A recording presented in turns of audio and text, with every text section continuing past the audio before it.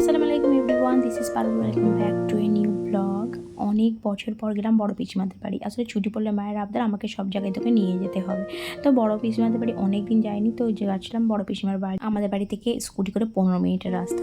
গিয়ে দেখলাম এই যে দুটো হনুমান দেখি না, বসে বসে কথা বলছে, গল্প করছে। যাই হোক, এখান থেকে বাড়ি স্টার্ট আমার বড় পিসিমাদের।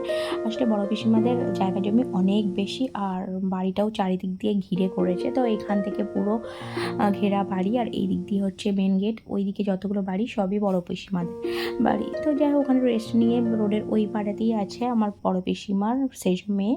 তো ওনার উঠে এসছেন ওখানে, ওইটা হচ্ছে বাগান বাড়ি। তো দাদা বললো খেয়ে দিয়ে চল তোদেরকে বাগান বাড়িতে ঘুরতে নিয়ে যাই। তো যাচ্ছিলাম, এই যে দুটো পাঁচিলের মাঝখান দিয়ে গলি দিয়ে যেন আন্ডারগ্রাউন্ড রাস্তা, মনে হচ্ছে কোনো একটা ভূতুড়ে বাড়ির ওইদিকে ঘুরতে যাচ্ছি।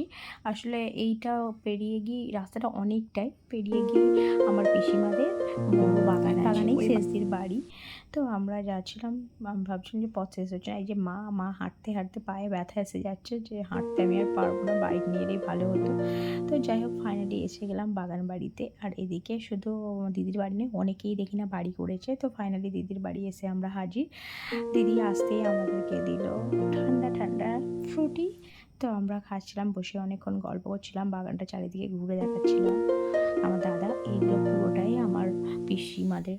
তো অনেকটা বড়, হয়তো এখন জঙ্গল হয়ে আছে বলে বোঝা যাচ্ছে না, বাট জায়গাটা অনেকটাই বড়। তো আজকের ব্লগটা এই পর্যন্ত। ভিডিও ভালো লাগলে লাইক কমেন্ট শেয়ার করো।